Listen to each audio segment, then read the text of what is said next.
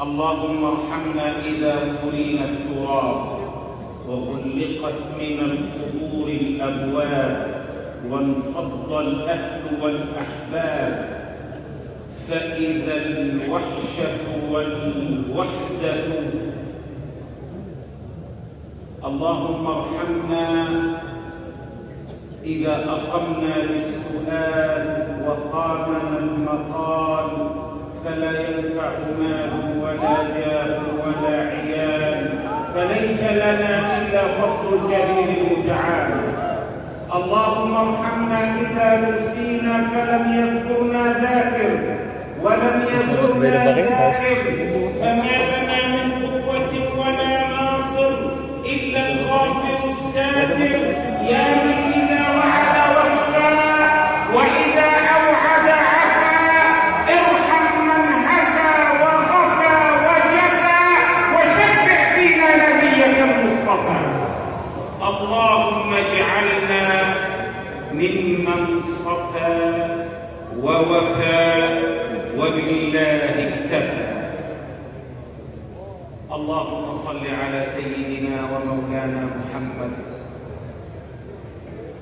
الحبيب الشفيع الرؤوف الرحيم، الذي أخبر عن ربه الكريم أن لله في كل نفس 100,000 فرج قريب، وعلى آله وصحبه وسلم. أما بعد،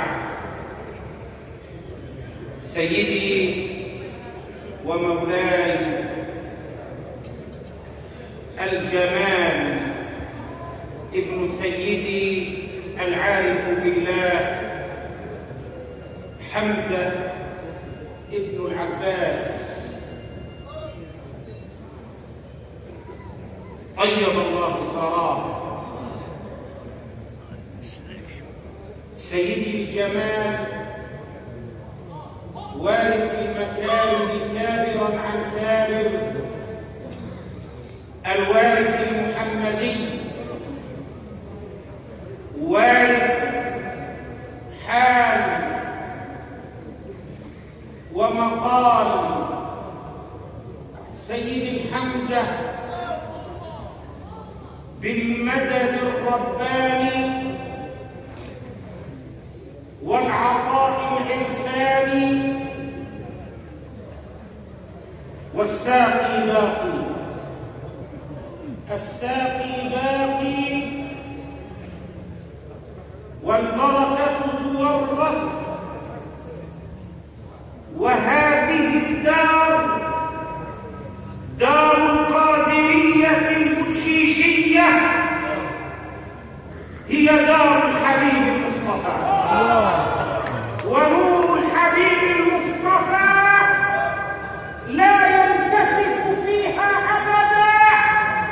يكفيه أن البدر يكسف نوره، لكن نور محمد لم يكسف.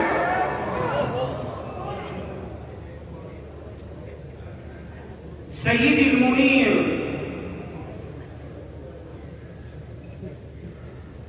سادتي أبناء البشيشية طريقة ونسبا، الذاكرين والذاكرات من الطريقة القادرية البشيشية، طريقة الدوحة المحمدية والسلالة القادرية، سادة المغاربة، السلام عليكم جميعا ورحمة الله وبركاته.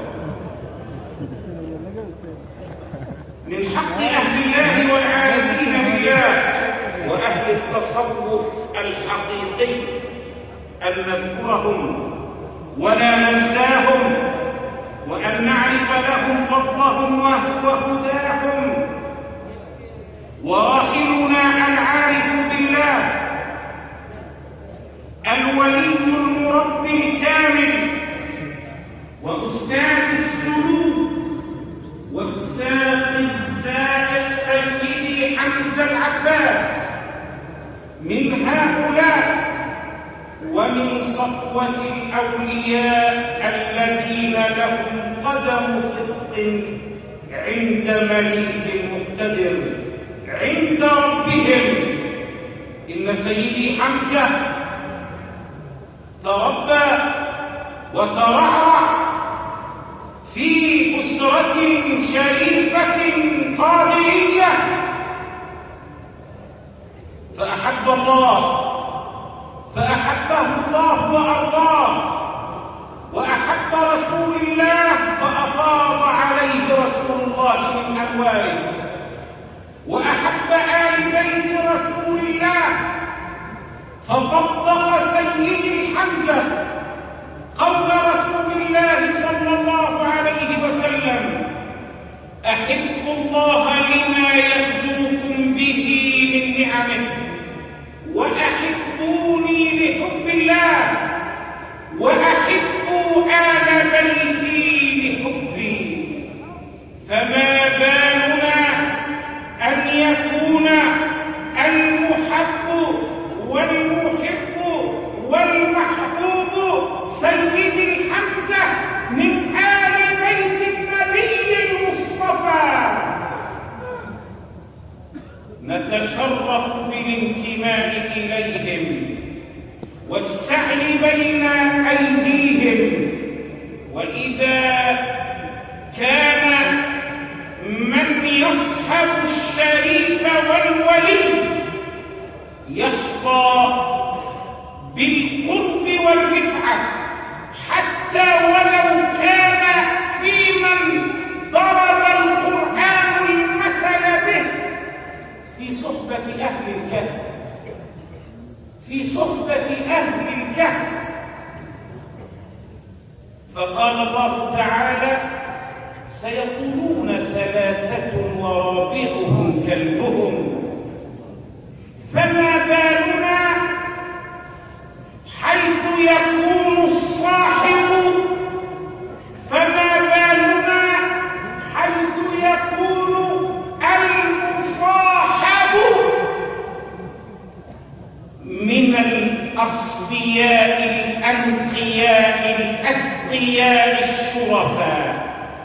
وفي هذا رد على من يزعم خلاف ذلك، كما قال القائل: قيل تشقى بحب آل النبي.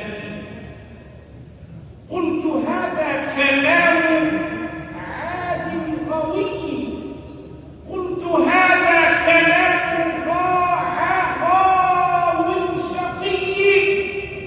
فاز كلب بصحبة أهل كهف أفأشقى بحب آل بيت الله. فاز كلب بحب أصحاب كهف أفأشقى بحب آل بيت الله. والله نزيلهم لا يضام ونزيلهم لا يشقى، ومن كتب الله له السعادة لزم دارهم ولزم صحبتهم.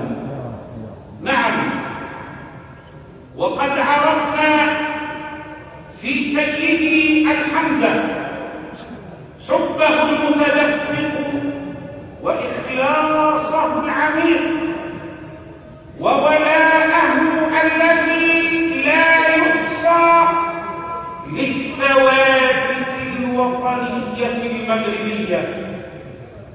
ولاية أمير المؤمنين وأمير المؤمنين كان في عزائه باستقبال شيخ الطريقة القادرية سيد الجمال، عزاء بشيخنا سيد الحمزة.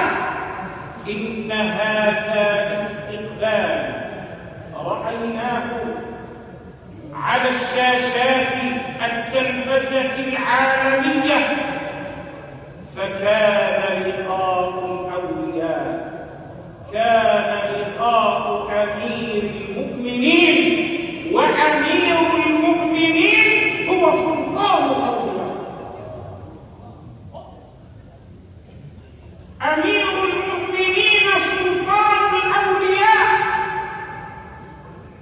لأنه من الذين آمنوا وكانوا يتقون، فصفاته صفات الأولياء، وبيعته على بيعته الشرعية أمير المؤمنين تعطيه مكانة سلطان الأولياء. نعم، فكانت إخلاص سيدي وتعليمه وصدقه وثباته ودعوته إلى الثوابت الوطنية المغربية تبدأ بولاية أمير المؤمنين والعقيدة الأشعرية والفقه المالكي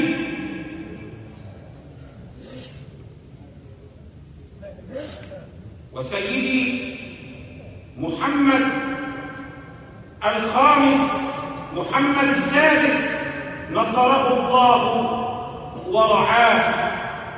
وإن جهود سيدي حمزة التي تذكر فتشكر في خدمة التصوف الإسلامي والإرث المغربي الصوفي الذي شهد به القاصي والداني بالمملكة المغربية والمكانة التي تبوأتها المملكة المغربية في ازدهار التصوف السني عبر عصور التاريخ في جلالها وبهائها، تسطع على العالم نورا وهدى. ومن هنا وأنا أنقب في كتب الحديث وجدت للمغرب خصوصية ميز الله بها المغرب عن غيره من البلدان. رضي من رضي، فإن خصوصية المغرب نطق بها خير الخلق محمدا الذي لا ينطق عن الهوى. فماذا قال رسول الله؟ ماذا قال رسول الله في المغرب ويكفي المغرب شرفا وفخرا، حيث قال رسول الله صلى الله عليه وسلم: تكون فتنة لا يسلم منها إلا الجند الغربي. تكون فتنة لا يسلم منها إلا الجند الغربي. أخرجه الطبراني في الأوسط، والبخاري في التاريخ الأكبر، والحاكم في المستدرك، وابن عساكر والبزار وغيرهم. وفي رواية أخرى: ستكون فتنة تشمل الناس جميعا. ستكون فتنة تشمل الناس جميعا لا يسلم منها إلا الجند الغربي. لا يسلم منها إلا الجند الغربي. والواقع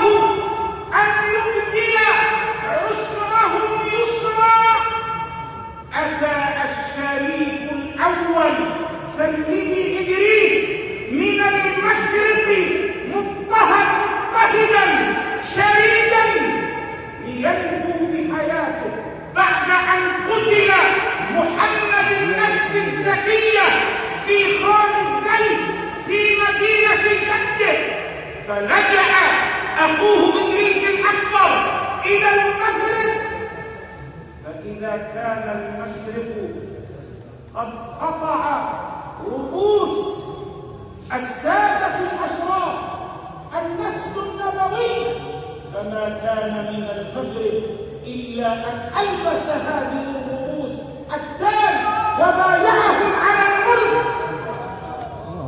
فشاء الله للمغرب أن يكون لآل البيت دارا وقرارا، وكان المغاربة لآل بيت رسول الله أحبابا وأنصارا.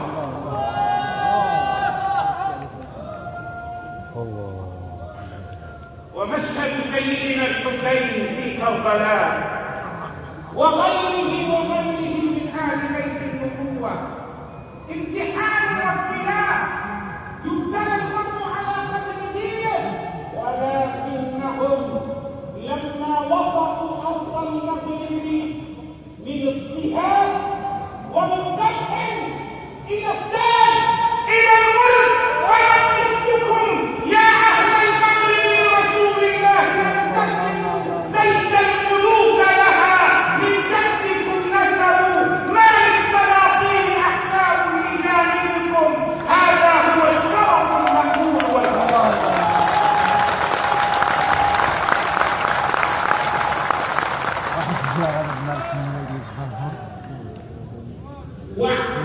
وماذا؟ وجيش المغرب هو شعب المغرب، لأن كل مواطن مغربي هو جندي من جنود المغرب، ولذا يتميز المغرب بأن جميع مسيره الاجتماعي وأطيافه السياسية وطرقه الصوفية كلهم على قلب رجل واحد، مجمعون على محبة أمير المؤمنين سلطان الأولياء جلالة الملك محمد السادس. فهذا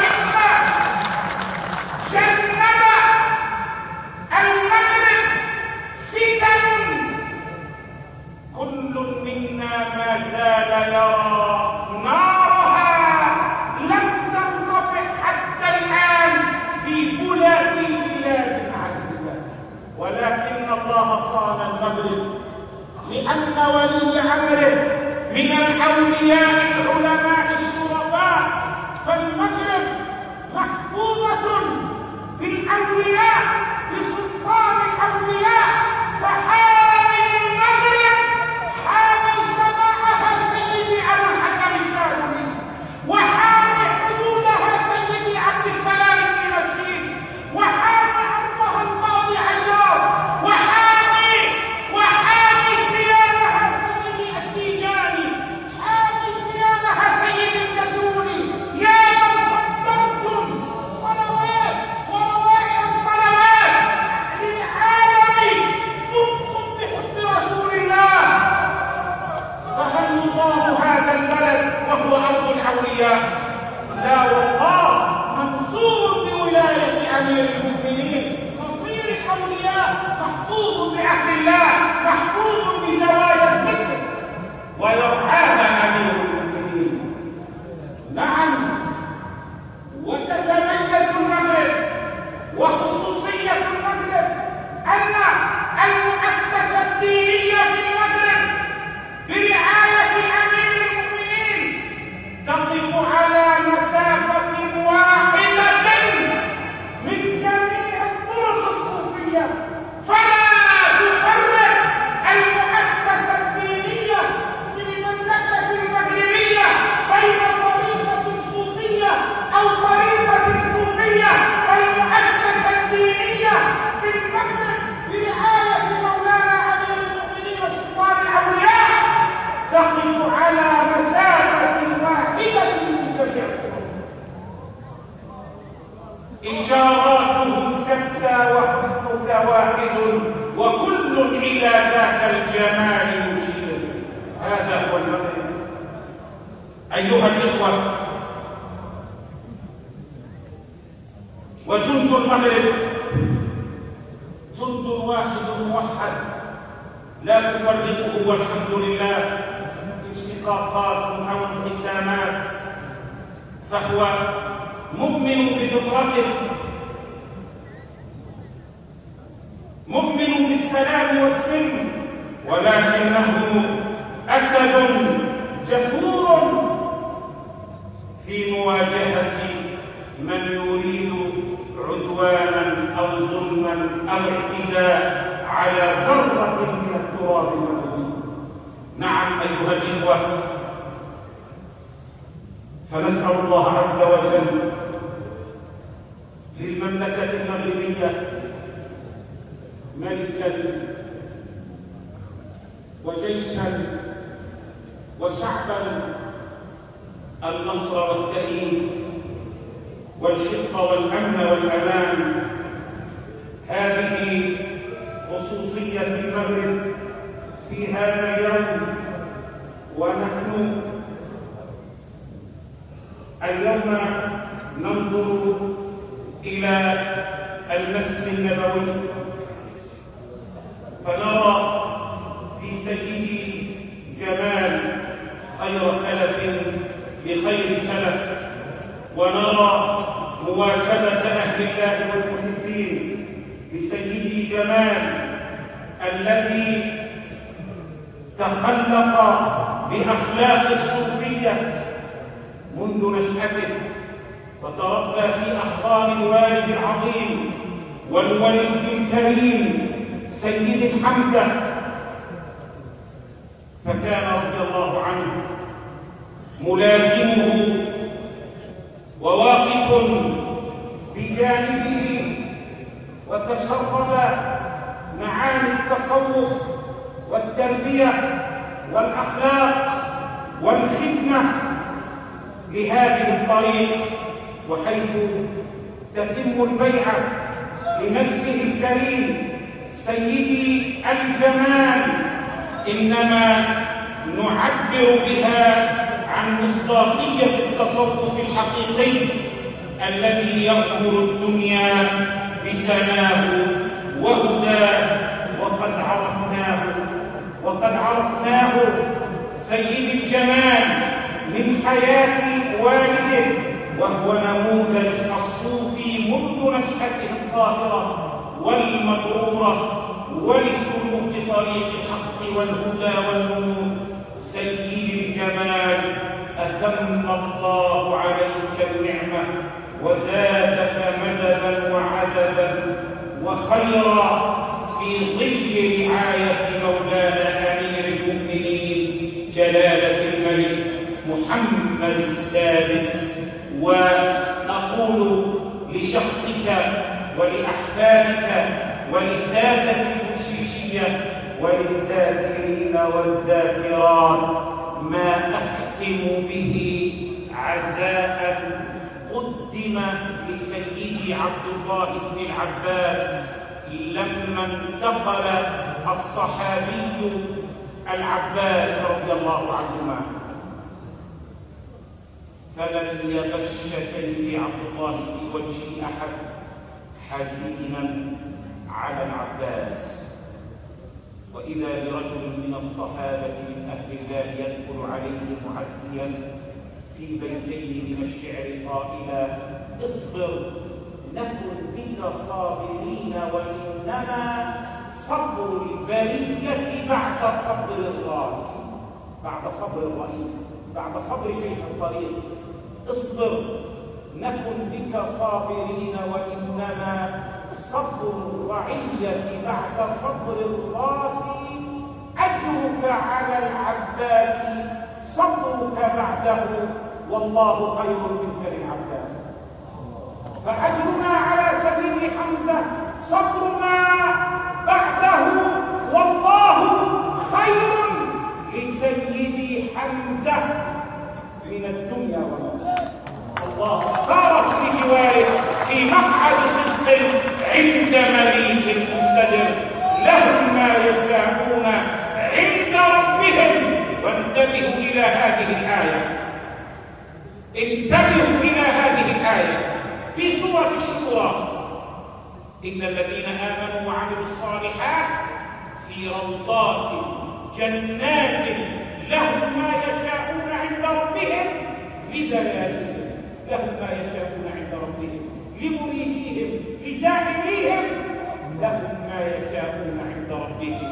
بهذا القدر كفاية، وصلى الله على سيدنا محمد وعلى آله وصحبه. الأنقياء الأتقياء الشرفاء. وفي هذا رد على من يزعم خلاف ذلك، كما قال القائل: قيل تشقى بحب آل النبي.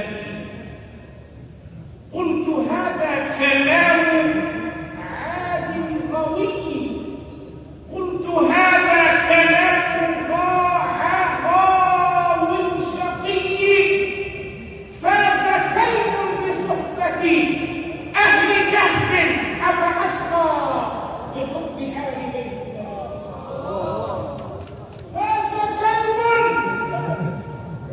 فاز كلب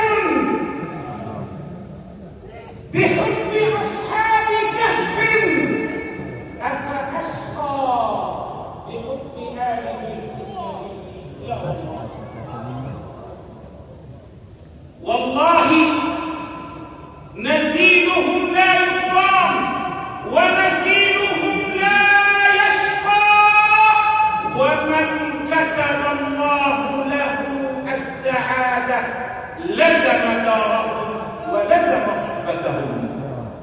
نعم، وقد عرفنا في سيدي الحمزة حبه المتدفق وإخلاصه العميق وولاءه الذي لا يحصى للثوابت الوطنية المغربية.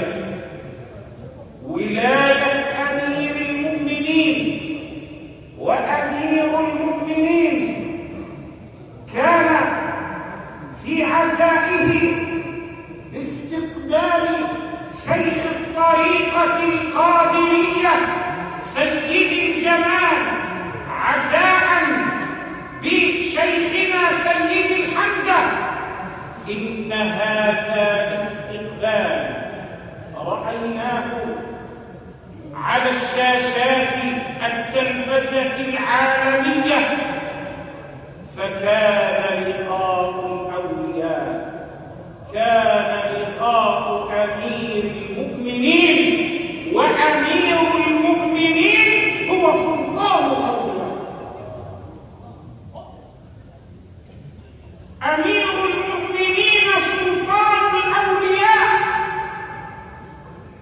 لأنه من الذين آمنوا وكانوا يتقون، فصفاته صفات الأولياء، وبيعته على بيعته الشرعية أمير المؤمنين تعطيه مكانة سلطان الأولياء. نعم، فكانت إخلاص سيدي وتعليمه وصدقه وثباته ودعوته إلى الثوابت الوطنية المغربية تبدأ بولاية أمير المؤمنين والعقيدة الأشعرية والفقه المالكي.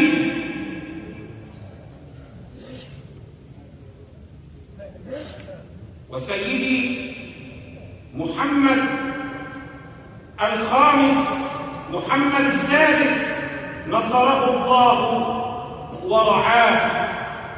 وإن جهود سيدي حمزة التي تذكر فتشكر في خدمة التصوف الإسلامي والإرث المغربي الصوفي الذي شهد به القاصي والداني بالمملكة المغربية والمكانة التي تبوأتها المملكة المغربية في ازدهار التصوف السني عبر عصور التاريخ في جلالها وبهائها تسطع على العالم نورا وهدى. ومن هنا وأنا أنقب في كتب الحديث وجدت للمغرب خصوصية ميز الله بها المغرب عن غيره من البلدان. رضي من رضي، فإن خصوصية المغرب نطق بها خير الخلق محمدا الذي لا ينطق عن الهوى. فماذا قال رسول الله؟ ماذا قال رسول الله في المغرب ويكفي المغرب شرفا وفخرا، حيث قال رسول الله صلى الله عليه وسلم: تكون فتنة لا يسلم منها إلا الجند الغربي. تكون فتنة لا يسلم منها إلا الجند الغربي. أخرجه الطبراني في الأوسط، والبخاري في التاريخ الأكبر، والحاكم في المستدرك، وابن عساكر والبزار وغيرهم. وفي رواية أخرى: ستكون فتنة تشمل الناس جميعا. ستكون فتنة تشمل الناس جميعا لا يسلم منها إلا الجند الغربي. لا يسلم منها إلا الجند الغربي. والواقع والتاريخ يؤكد هذا. لماذا؟ لأنها خصوصية المغرب. هذه خصوصية المغرب. وخصوصية المغرب أن آل بيت رسول الله لما ضاقت بهم الأرض بما رحبت وأراد الله أن يبدل عسرهم يسرا، أتى الشريف الأول سيدي إدريس من المشرق مضطهدا شريدا لينجو بحياته بعد أن قتل محمد النفس الزكية في خان الزيت في مدينة جده. فلجأ أخوه إدريس الأكبر إلى المغرب. فإذا كان المشرق قد قطع رؤوس السادة الأشراف النسل النبوي، فما كان من المغرب إلا أن ألبس هذه الرؤوس التاج وبايعهم على الملك. فشاء الله للمغرب أن يكون لآل البيت دارا وقرارا، وكان المغاربة لآل بيت رسول الله أحبابا وأنصارا.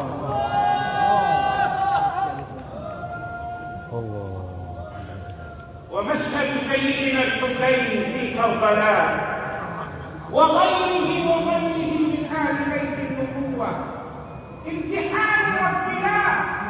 يبتلى المرء على قدر دينه، ولكنهم لما وضعوا أرض المغرب من اضطهاد ومن ذبح إلى التاج إلى الملك، ويمسككم يا أهل المغرب لرسول الله يمتثلوا بيت الملوك لها من جدكم نسبوا ما للسلاطين أحساب الرجال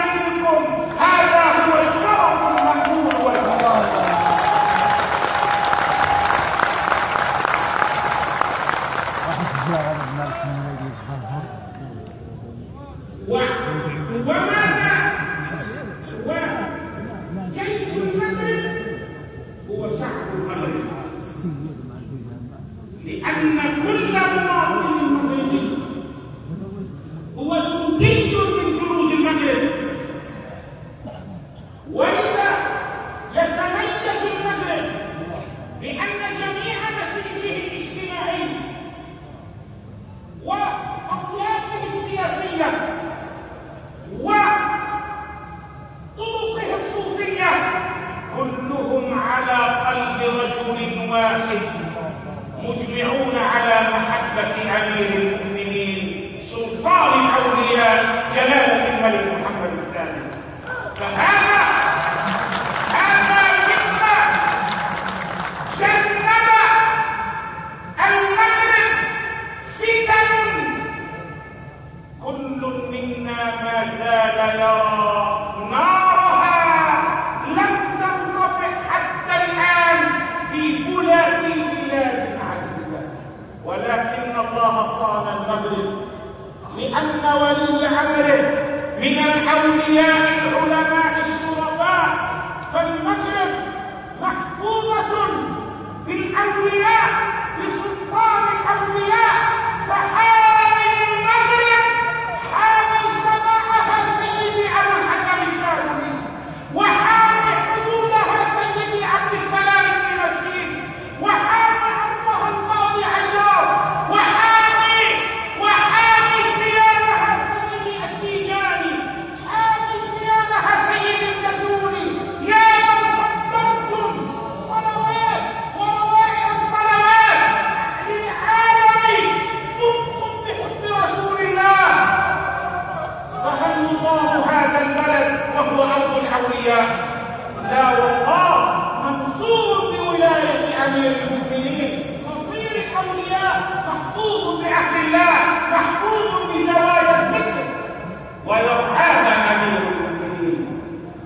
نعم، وتتميز المغرب وخصوصية المغرب أن المؤسسة الدينية في المغرب برعاية أمير المؤمنين تقف على مسافة واحدة من جميع الطرق الصوفية، فلا تفرق المؤسسة الدينية في المملكة المغربية بين طريقة صوفية أو طريقة صوفية.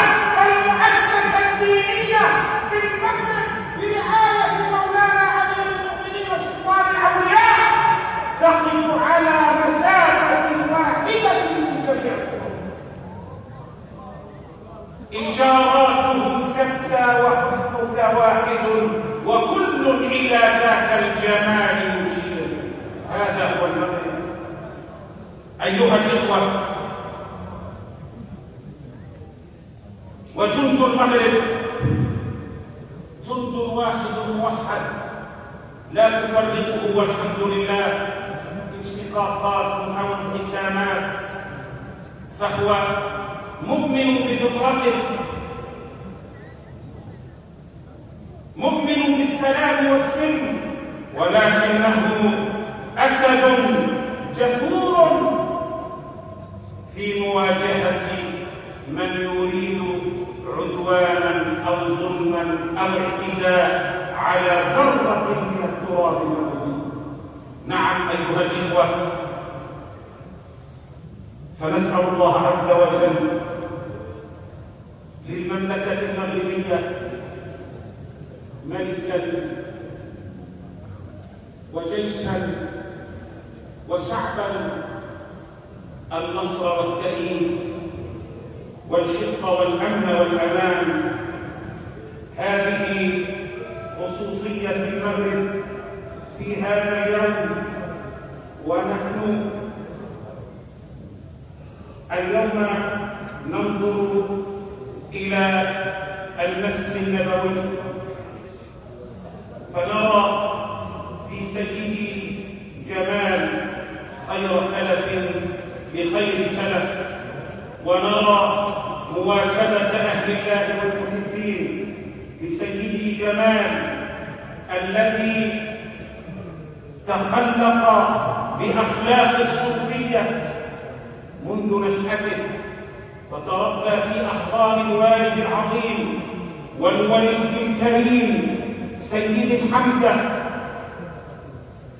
فكان رضي الله عنه ملازمه وواقف بجانبه، وتشرب معاني التصوف والتربية والأخلاق والخدمة لهذه الطريق، وحيث تتم البيعة لمجده الكريم سيدي الجمال إنما نعبر بها عن مصداقية التصوف الحقيقي الذي يغمر الدنيا بسناه وهداه. وقد عرفناه سيد الجمال من حياة والده، وهو نموذج الصوفي منذ نشأته الطاهرة والمبرورة ولسلوك طريق الحق والهدى والنور. سيد الجمال، أتم الله عليك النعمة وزادك مددا وعددا وخيرا في ظل رعاية مولانا أمير المؤمنين جلالة الملك محمد السادس. وأقول لشخصك ولأحفادك ولسادة البشيشية وللذاكرين والذاكرات ما أختم به عزاء قدم لسيدي عبد الله بن العباس لما انتقل الصحابي العباس رضي الله عنهما، فلم يغش سيدي عبد الله في وجه أحد حزينا على العباس، وإذا برجل من الصحابة من أهل الله يدخل عليه معزيا في بيتين من الشعر قائلا: اصبر نكن بك صابرين، وإنما صبر البرية بعد صبر الراس، بعد صبر الرئيس، بعد صبر شيخ الطريق. اصبر نكن بك صابرين، وإنما صبر الرعية بعد صبر الراس، أجرك على العباس صبرك بعده، والله خير منك للعباس. فأجرنا على سبيل حمزة صبرنا بعده، والله خير لسيدي حمزة من الدنيا والآخرة. الله اختاره في جواره في مقعد صدق عند مليك مقتدر، لهم ما يشاءون عند ربهم. وانتبهوا إلى هذه الآية، انتبهوا إلى هذه الآية في سورة الشورى: إن الذين آمنوا وعملوا الصالحات في روضات جنات لهم ما يشاءون عند ربهم لدلالهم، لهم ما يشاءون عند ربهم لمريديهم لزائريهم، لهم ما يشاءون عند ربهم. بهذا القدر كفاية، وصلى الله على سيدنا محمد وعلى آله وصحبه.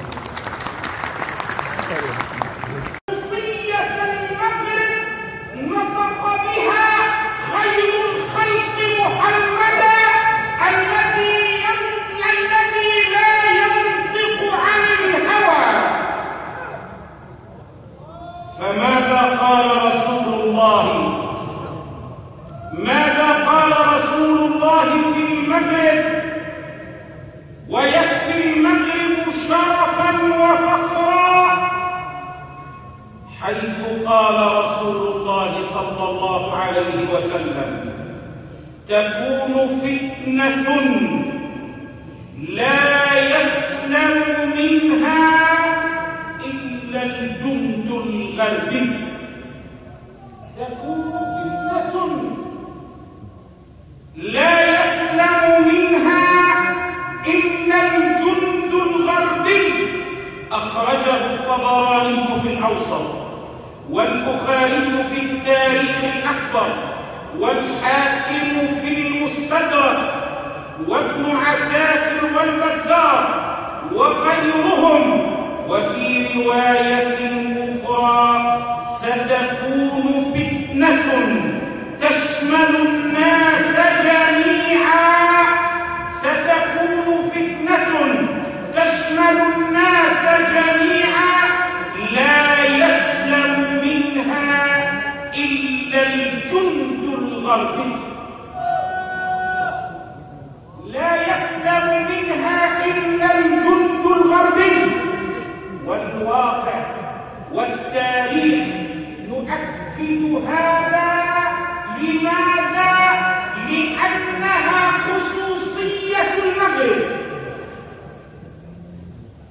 هذه خصوصية المغرب، وخصوصية المغرب أن آل بيت رسول الله لما ضاقت بهم الأرض بما رحبت وأراد الله أن يبدل عسرهم يسرا، أتى الشريف الأول سيدي إدريس من المشرق مضطهدا شريدا لينجو بحياته بعد أن قتل محمد النفس الزكية في خان الزيت في مدينة جده.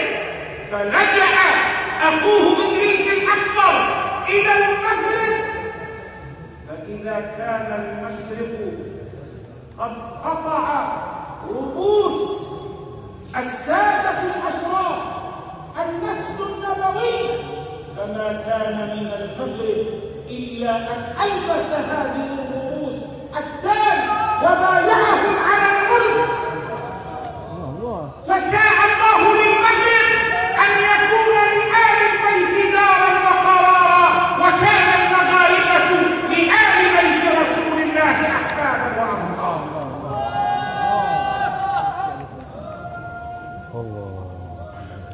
ومشهد سيدنا الحسين في كربلاء وغيره من آل بيت النبوة امتحان وابتلاء، يبتلى المرء على قدر دينه.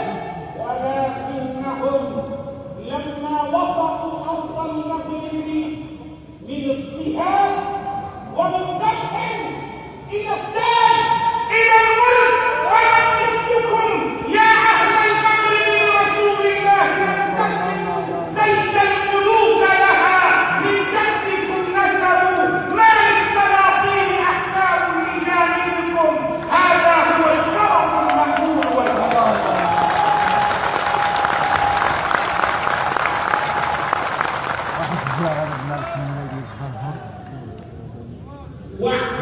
وماذا؟ وجيش المغرب هو شعب المغرب، لأن كل مواطن مغربي هو جندي من جنود المغرب. ولذا يتميز المغرب بأن جميع مسيره الاجتماعي وأطيافه السياسية وطرقه الصوفية كلهم على قلب رجل واحد، مجمعون على محبة أمير المؤمنين سلطان الأولياء جلالة الملك محمد السادس.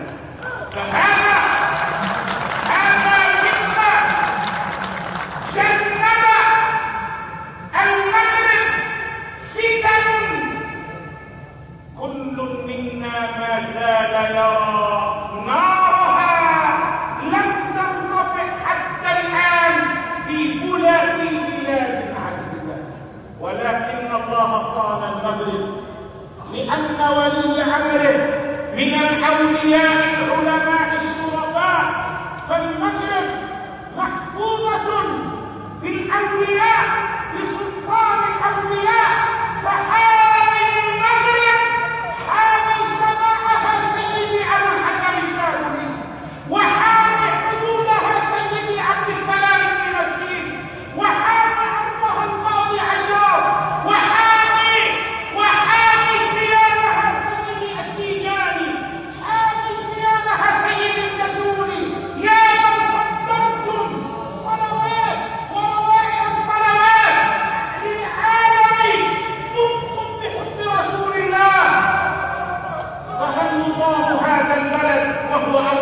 الأولياء، لا والله منصور بولاية أمير المؤمنين، مصير الأولياء محفوظ بعهد الله، محفوظ بزوايا الذكر ويرعاها أمير المؤمنين. نعم، وتتميز المغرب وخصوصية المغرب أن المؤسسة الدينية في المغرب برعاية أمير المؤمنين تقف على مسافة واحدة من جميع الطرق الصوفية، فلا تفرق المؤسسة الدينية في المملكة المغربية بين طريقة صوفية أو طريقة صوفية. المؤسسة الدينية في المغرب برعاية مولانا أمير المؤمنين وسلطان الأولياء تقف على مسافة واحدة من جميع الطرق. إشاراتهم شتى وحسنك واحد وكل إلى ذاك الجمال يشير. هذا هو المغرب أيها الإخوة.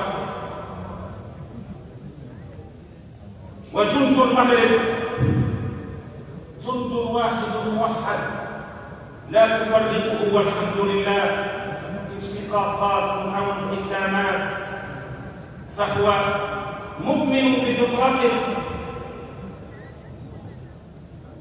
مؤمن بالسلام والسلم، ولكنه أسد جسور في مواجهة من يريد عدوانا أو ظلما أو اعتداء على ذرة من التراب المغربي. نعم أيها الإخوة، فنسأل الله عز وجل للمملكة المغربية ملكا وجيشا وشعبا النصر والتأييد والحفظ والأمن والأمان. هذه خصوصية المغرب في هذا اليوم، ونحن اليوم ننظر إلى المسجد النبوي فنرى في سيدي جمال خير خلف بخير سلف، ونرى مواكبة أهل الله والمحبين بسيدي جمال الذي تخلق بأخلاق الصوفية منذ نشأته، وتربى في أحضان الوالد العظيم والولي الكريم سيد حمزة، فكان رضي الله عنه ملازمه وواقف بجانبه، وتشرب معاني التصوف والتربية والأخلاق والخدمة لهذه الطريق، وحيث تتم البيعة لنجده الكريم سيدي الجمال إنما نعبر بها عن مصداقية التصوف الحقيقي الذي يغمر الدنيا بسناه وهداه. وقد عرفناه سيد الجمال من حياة والده، وهو نموذج الصوفي منذ نشأته الطاهرة والمبرورة ولسلوك طريق الحق والهدى والنور. سيد الجمال أتم الله عليك النعمة وزادك مددا وعددا وخيرا في ظل رعاية مولانا أمير المؤمنين جلالة الملك محمد السادس. ونقول لشخصك ولأحفادك ولسادة البشيشية وللذاكرين والذاكرات ما أختم به عزاء قدم لسيدي عبد الله بن العباس لما انتقل الصحابي العباس رضي الله عنهما، فلن يغش سيدي عبد الله في وجه أحد حزينا على العباس. وإذا برجل من الصحابة من أهل الله يدخل عليه معزيا في بيتين من الشعر قائلا: اصبر نكن بك صابرين، وإنما صبر البرية بعد صبر الراس، بعد صبر الرئيس، بعد صبر شيخ الطريق. اصبر نكن بك صابرين، وإنما صبر الرعية بعد صبر الراس، أجرك على العباس صبرك بعده، والله خير منك للعباس. فأجرنا على سبيل حمزة صبرنا بعده، والله خير لسيدي حمزة من الدنيا والآخرة. الله اختارك في جواره في مقعد صدق عند مليك مقتدر، لهم ما يشاءون عند ربهم. وانتبهوا إلى هذه الآية، انتبهوا إلى هذه الآية في سورة الشورى: إن الذين آمنوا وعملوا الصالحات في روضات جنات لهم ما يشاءون عند ربهم لدلالهم، لهم ما يشاءون عند ربهم لمريديهم لزائريهم، لهم ما يشاءون عند ربهم. بهذا القدر كفاية، وصلى الله على سيدنا محمد وعلى آله وصحبه. لما وضعوا أرض المغرب من اضطهاد ومن ذبح إلى التاج إلى الملك، ولم يسلكم يا أهل المغرب لرسول الله ينتسبوا ليس الملوك لها من جدكم نسبوا، ما للسلاطين أحساب لجانبكم، هذا هو الشرف المأمول والفضائل.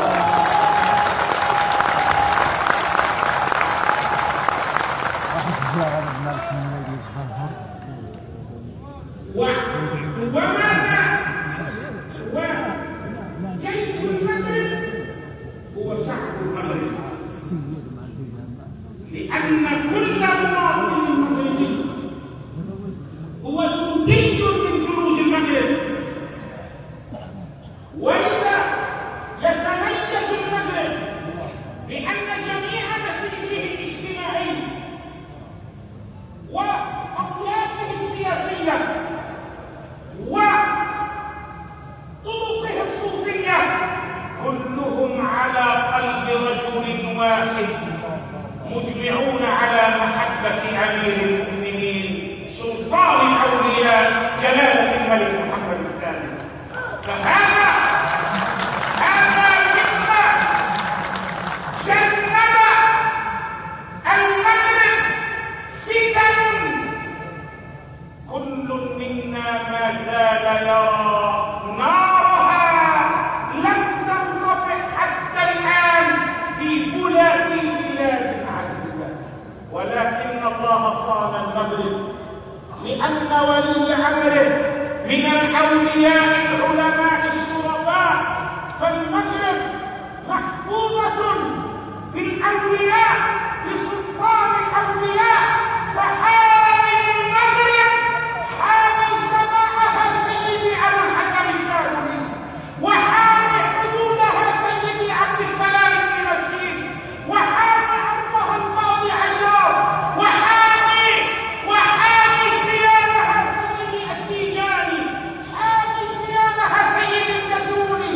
يا من صدرتم صلوات وروائع الصلوات للعالم فضتم بحب رسول الله، فهل يضام هذا البلد وهو أرض الأولياء؟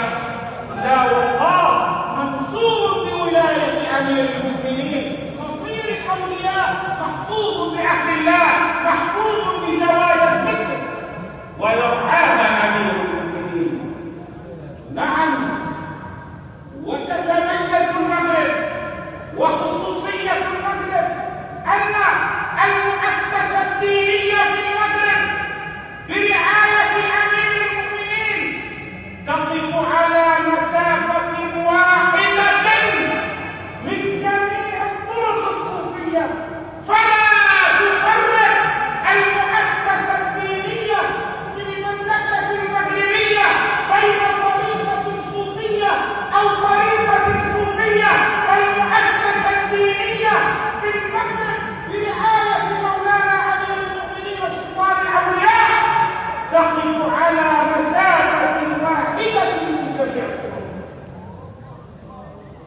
إشاراتهم شتى وحسنك واحد وكل إلى ذاك الجمال يشير. هذا هو المغرب أيها الإخوة. وجند المغرب جند واحد موحد لا تفرقه والحمد لله انشقاقات أو انقسامات، فهو مؤمن بفطرته، مؤمن بالسلام والسلم، ولكنه أسد جسور في مواجهة من يريد عدوانا أو ظلما أو اعتداء على ذرة من التراب الموجود. نعم أيها الإخوة، فنسأل الله عز وجل للمملكة المغربية ملكا وجيشا وشعبا النصر والتأييد والحفظ والأمن والأمان. هذه خصوصية المغرب في هذا اليوم، ونحن اليوم ننظر إلى المسجد النبوي فنرى في سيدي جمال خير خلف بخير سلف، ونرى مواكبة أهل الله والمحبين بسيدي جمال الذي تخلق بأخلاق الصوفية منذ نشأته، وتربى في أحضان الوالد العظيم والولي الكريم سيد حمزة، فكان رضي الله عنه ملازمه وواقف بجانبه، وتشرب معاني التصوف والتربية والأخلاق والخدمة لهذه الطريق، وحيث تتم البيعة لنجده الكريم سيدي الجمال إنما نعبر بها عن مصداقية التصوف الحقيقي الذي يغمر الدنيا بسناه وهداه. وقد عرفناه سيد الجمال من حياة والده، وهو نموذج الصوفي منذ نشأته الطاهرة والمبرورة ولسلوك طريق الحق والهدى والنور. سيد الجمال أتم الله عليك النعمة وزادك مددا وعددا وخيرا في ظل رعاية مولانا أمير المؤمنين جلالة الملك محمد السادس. وأقول لشخصك ولأحفادك ولسادة البشيشية وللذاكرين والذاكرات ما أختم به عزاء قدم لسيدي عبد الله بن العباس لما انتقل الصحابي العباس رضي الله عنهما، فلن يغش سيدي عبد الله في وجه أحد حزينا على العباس. وإذا برجل من الصحابة من أهل الله يدخل عليه معزيا في بيتين من الشعر قائلا: اصبر نكن بك صابرين، وإنما صبر البرية بعد صبر الراس، بعد صبر الرئيس، بعد صبر شيخ الطريق. اصبر نكن بك صابرين، وإنما صبر الرعية بعد صبر الراس. أجرك على العباس صبرك بعده، والله خير منك للعباس. فأجرنا على سبيل حمزة صبرنا بعده، والله خير لسيدي حمزة من الدنيا والآخرة. الله بارك في جواره في في مقعد صدق عند مليك مقتدر. لهم ما يشاءون عند ربهم. وانتبهوا إلى هذه الآية، انتبهوا إلى هذه الآية في سورة الشورى: إن الذين آمنوا وعملوا الصالحات في روضات جنات لهم ما يشاءون عند ربهم لدلالهم. لهم ما يشاءون عند ربهم لمريديهم لزائريهم. لهم ما يشاءون عند ربهم. بهذا القدر كفاية. وصلى الله على سيدنا محمد وعلى آله وصحبه. منصور بولاية أمير المؤمنين، نصير الأولياء، محفوظ بعهد الله، محفوظ بزوايا الذكر، ويرعاها أمير المؤمنين. نعم، وتتميز المغرب وخصوصية المغرب أن المؤسسة الدينية في المغرب برعاية أمير المؤمنين تقف على مسافة واحدة من جميع الطرق الصوفية. فلا تفرق المؤسسة الدينية في المملكة المغربية بين طريقة صوفية أو طريقة صوفية. المؤسسة الدينية في المغرب برعاية مولانا أمير المؤمنين وسلطان الأولياء تقف على مسافة واحدة من جميع الطرق. إشاراتهم شتى وحسنك واحد وكل إلى ذاك الجمال يشير. هذا هو المغرب أيها الإخوة. وجند المغرب جند واحد موحد لا تفرقه والحمد لله انشقاقات أو انقسامات، فهو مؤمن بفطرته، مؤمن بالسلام والسلم، ولكنه أسد جسور في مواجهة من يريد عدوانا أو ظلما أو اعتداء على ذرة من التراب المغربي. نعم أيها الإخوة، فنسأل الله عز وجل للمملكة المغربية ملكا وجيشا وشعبا النصر والتأييد والحفظ والأمن والأمان. هذه خصوصية المغرب في هذا اليوم. ونحن اليوم ننظر إلى المسجد النبوي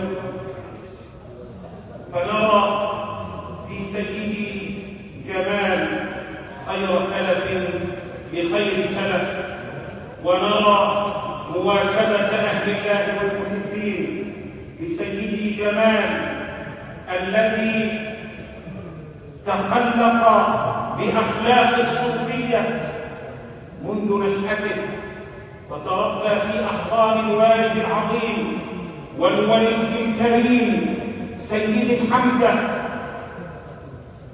فكان رضي الله عنه ملازمه وواقف بجانبه، وتشرب معاني التصوف والتربية والأخلاق والخدمة لهذه الطريق. وحيث تتم البيعة لنجده الكريم سيدي الجمال إنما نعبر بها عن مصداقية التصوف الحقيقي الذي يغمر الدنيا بسناه وهداه. وقد عرفناه سيد الجمال من حياة والده، وهو نموذج الصوفي منذ نشأته الطاهرة والمبرورة ولسلوك طريق الحق والهدى والنور.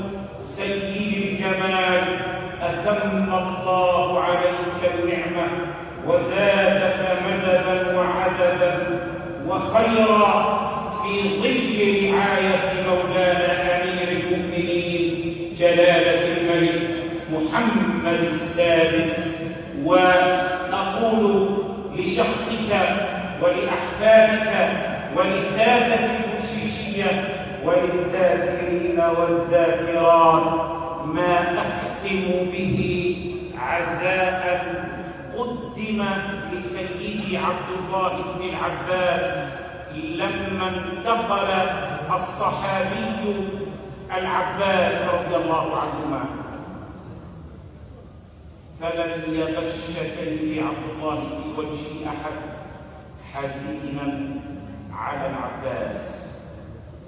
وإذا برجل من الصحابة من أهل الله يدخل عليه معزيا في بيتين من الشعر قائلا: اصبر نكن بك صابرين، وإنما صبر البرية بعد صبر الراس، بعد صبر الرئيس، بعد صبر شيخ الطريق. اصبر نكن بك صابرين، وإنما صبر الرعية بعد صبر الراس، أجرك على العباس صبرك بعده، والله خير منك للعباس. فأجرنا على سبيل حمزة صبرنا بعده، والله خير لسيدي حمزة من الدنيا وما الله بارك في جواره في مقعد صدق عند مليك مقتدر، لهم ما يشاءون عند ربهم. وانتبهوا إلى هذه الآية، انتبهوا إلى هذه الآية في سورة الشورى: إن الذين آمنوا وعملوا الصالحات في روضات جنات لهم ما يشاءون عند ربهم لدلالهم، لهم ما يشاءون عند ربهم لمريديهم لزائريهم، لهم ما يشاءون عند ربهم. بهذا القدر كفاية، وصلى الله على سيدنا محمد وعلى آله وصحبه. فنسأل الله عز وجل للمملكة المغربية ملكا وجيشا وشعبا النصر والتأييد والحفظ والأمن والأمان. هذه خصوصية المغرب في هذا اليوم، ونحن اليوم ننظر إلى المسجد النبوي فنرى في سيدي جمال خير خلف بخير سلف، ونرى مواكبة أهل الله والمحبين بسيدي جمال الذي تخلق بأخلاق الصوفية منذ نشأته، وتربى في أحضان الوالد العظيم والولي الكريم سيد حمزة،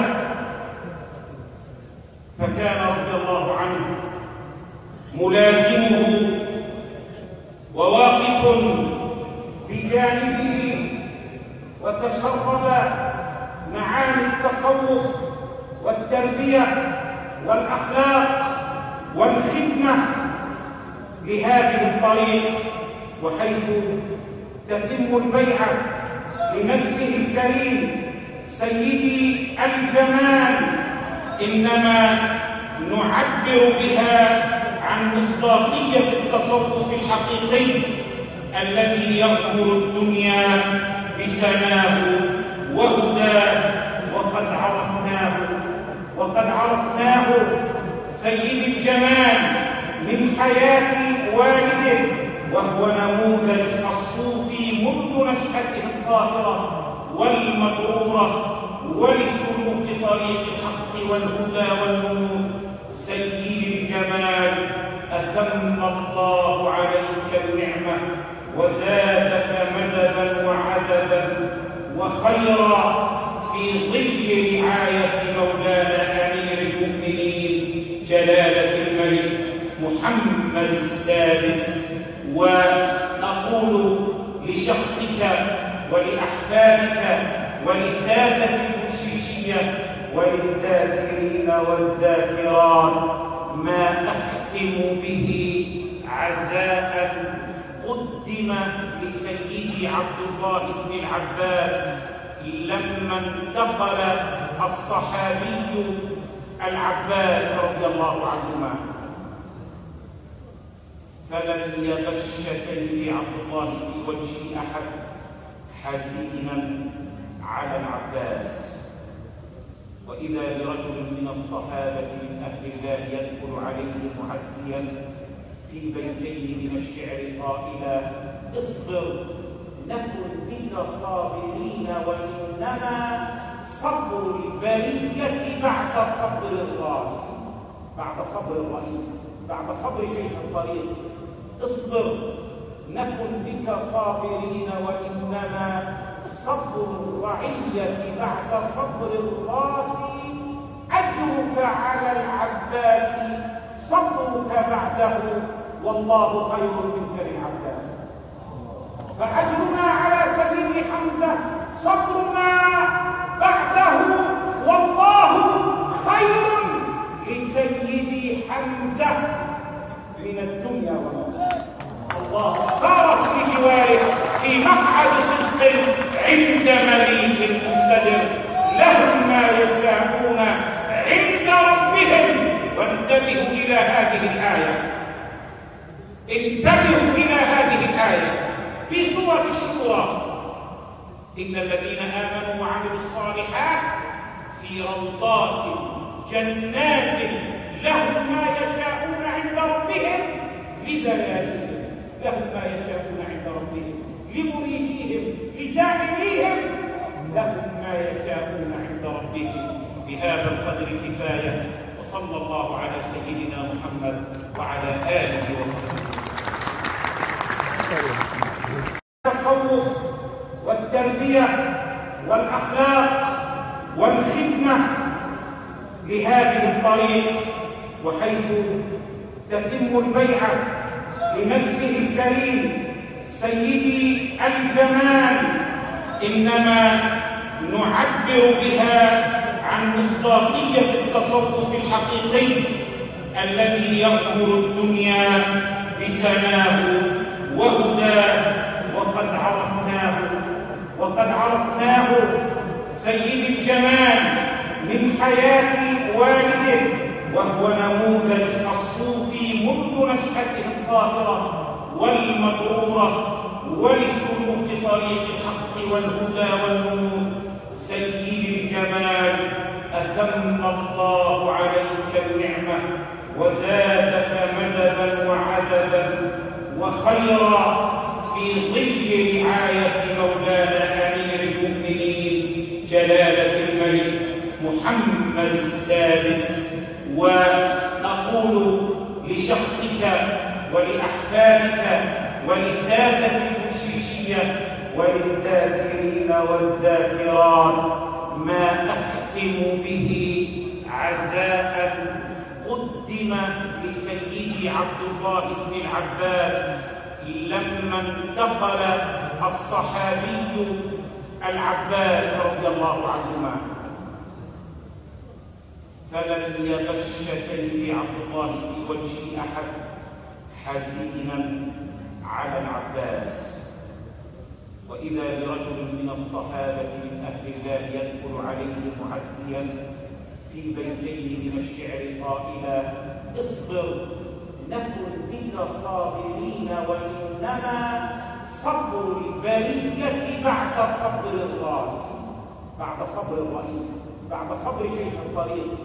اصبر نكن بك صابرين، وإنما صبر الرعية بعد صبر الراس، أجرك على العباس صبرك بعده، والله خير منك للعباس. فأجرنا على سبيل حمزة صبرنا بعده، والله خير لسيدي حمزة من الدنيا والآخرة. الله اختاره في جواره في مقعد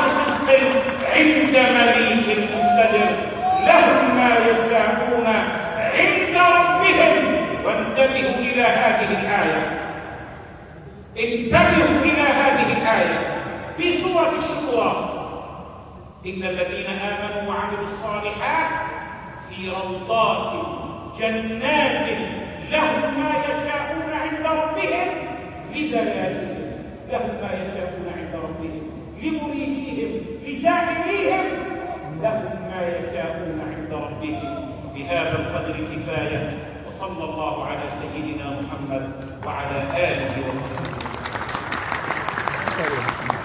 ظل رعاية مولانا أمير المؤمنين جلالة الملك محمد السادس، ونقول لشخصك ولأحفادك ولسادة البشيشية وللذاكرين والذاكرات ما أختم به عزاء قدم لسيدي عبد الله بن العباس لما انتقل الصحابي العباس رضي الله عنهما، فلن يغش سيدي عبد الله في وجه أحد حزينا على العباس. وإذا برجل من الصحابة من أهل الله يدخل عليه معزيا في بيتين من الشعر قائلا: اصبر نكن بك صابرين، وإنما صبر البرية بعد صبر الراس، بعد صبر الرئيس، بعد صبر شيخ الطريق. اصبر نكن بك صابرين، وإنما صبر الرعية بعد صبر الراس، أجرك على العباس صبرك بعده، والله خير منك للعباس. فأجرنا على سبيل حمزة صبرنا بعده، والله خير لسيدي حمزة من الدنيا والآخرة. الله بارك في جواره في مقعد صدق عند مليك مقتدر، لهم ما يشاءون عند ربهم. وانتبهوا إلى هذه الآية، انتبهوا إلى هذه الآية في سورة الشورى: إن الذين آمنوا وعملوا الصالحات في روضات جنات لهم ما يشاءون عند ربهم لدلالهم، لهم ما يشاءون عند ربهم لمريديهم لزائريهم، لهم ما يشاءون عند ربهم. بهذا القدر كفاية، وصلى الله على سيدنا محمد وعلى آله وصحبه. حزينا على العباس. وإذا برجل من الصحابة من أهل الله يدخل عليه معزيا في بيتين من الشعر قائلا: اصبر نكن بك صابرين، وإنما صبر البرية بعد صبر الراس، بعد صبر الرئيس، بعد صبر شيخ الطريق. اصبر نكن بك صابرين، وإنما صبر الرعية بعد صبر الراس، أجرك على العباس صبرك بعده، والله خير منك للعباس. فأجرنا على سبيل حمزة صبرنا بعده، والله خير لسيدي حمزة من الدنيا والآخرة. الله بارك في جواره في مقعد صدق عند مليك مقتدر، لهم ما يشاءون عند ربهم. وانتبهوا إلى هذه الآية، انتبهوا إلى هذه الآية في سورة الشورى: إن الذين آمنوا وعملوا الصالحات في روضات جنات لهم ما يشاءون عند ربهم لدلالهم، لهم ما يشاءون عند ربهم لمريديهم لزائريهم، لهم ما يشاءون عند ربهم. بهذا القدر كفاية، وصلى الله على سيدنا محمد وعلى آله وصحبه. صبر الرعية بعد صبر الراس، أجرك على العباس صبرك بعده، والله خير منك للعباس. فأجرنا على سبيل حمزة صبرنا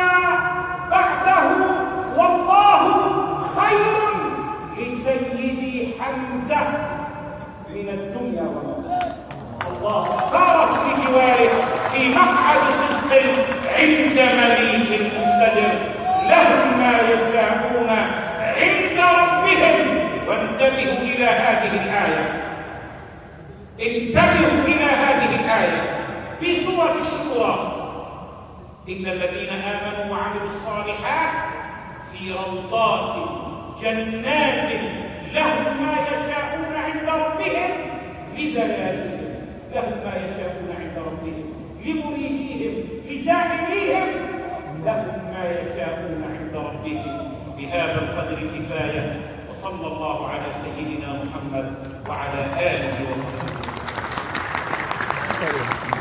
سيدي حمزة من الدنيا والآخرة، الله اختاره في جواره في مقعد صدق عند مليك مقتدر، لهم ما يشاءون عند ربهم. وانتبهوا إلى هذه الآية، انتبهوا إلى هذه الآية في سورة الشورى إن الذين آمنوا وعملوا الصالحات في روضات جنات لهم ما يشاءون عند ربهم لدلالهم، لهم ما يشاءون عند ربهم لمريديهم لزائريهم، لهم ما يشاءون عند ربهم. بهذا القدر كفاية، وصلى الله على سيدنا محمد وعلى آله وصحبه. وانتبهوا إلى هذه الآية، انتبهوا إلى هذه الآية في سورة الشورى إن الذين آمنوا وعملوا الصالحات في روضات جنات لهم ما يشاءون عند ربهم لدلالهم، لهم ما يشاءون عند ربهم لمريديهم لزائريهم، لهم ما يشاءون عند ربهم. بهذا القدر كفاية، وصلى الله على سيدنا محمد وعلى آله وصحبه. الصالحات في روضات جنات لهم ما يشاءون عند ربهم لدلالهم، لهم ما يشاءون عند ربهم لمريديهم لزائريهم، لهم ما يشاءون عند ربهم. بهذا القدر كفاية، وصلى الله على سيدنا محمد وعلى آله وصحبه. لدلالهم، لهم ما يشاءون عند ربهم لمريديهم لزائريهم، لهم ما يشاءون عند ربهم. بهذا القدر كفاية، وصلى الله على سيدنا محمد وعلى آله وصحبه. لهم ما يشاءون عند ربهم. بهذا القدر كفاية، وصلى الله على سيدنا محمد وعلى آله وصحبه. بهذا القدر كفاية، وصلى الله على سيدنا محمد وعلى آله وصحبه.